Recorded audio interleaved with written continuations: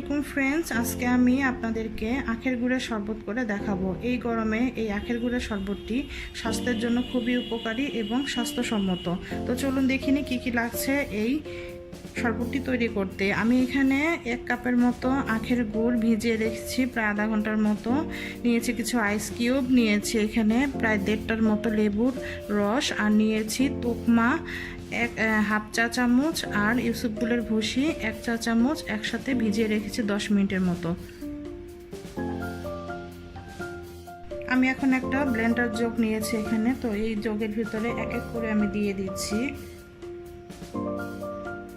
সব উপকরণগুলো। প্রথমেই দিয়ে দিচ্ছি আখের গুড়টা, এরপর দিয়ে দিচ্ছি আইস কিউবগুলো, এরপর দিয়ে দিচ্ছি তোকমা ইউসুফগুলের ভুসিটা,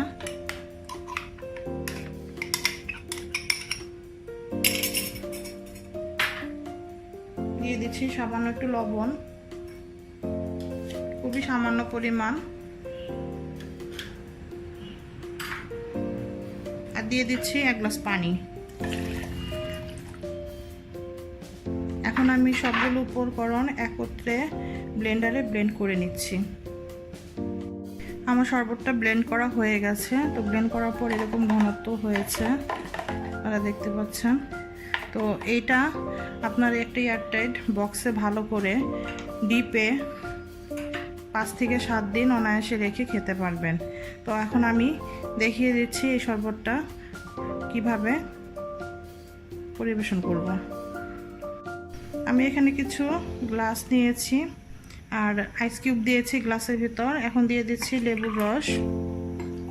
আমি আগে যেটা করে রেখেছিলাম, আপনারা খেয়াল করবেন, আমি আগে ব্লেন্ডারে কোনো লেবুর রস দিইনি। লেবুর রসটা না দিয়েই ওটা সংরক্ষণ করতে হবে। লেবুর রস বেশি দিন থাকলে ওটা অ্যাসিড হয়ে যায়, তাই আমার মনে হয় ওটা না দেওয়াই ভালো। যখন আপনারা শরবতটি তৈরি করবেন তখন আপনারা লেবুর রসটি দিয়ে নেবেন আপনাদের ইচ্ছে মতো।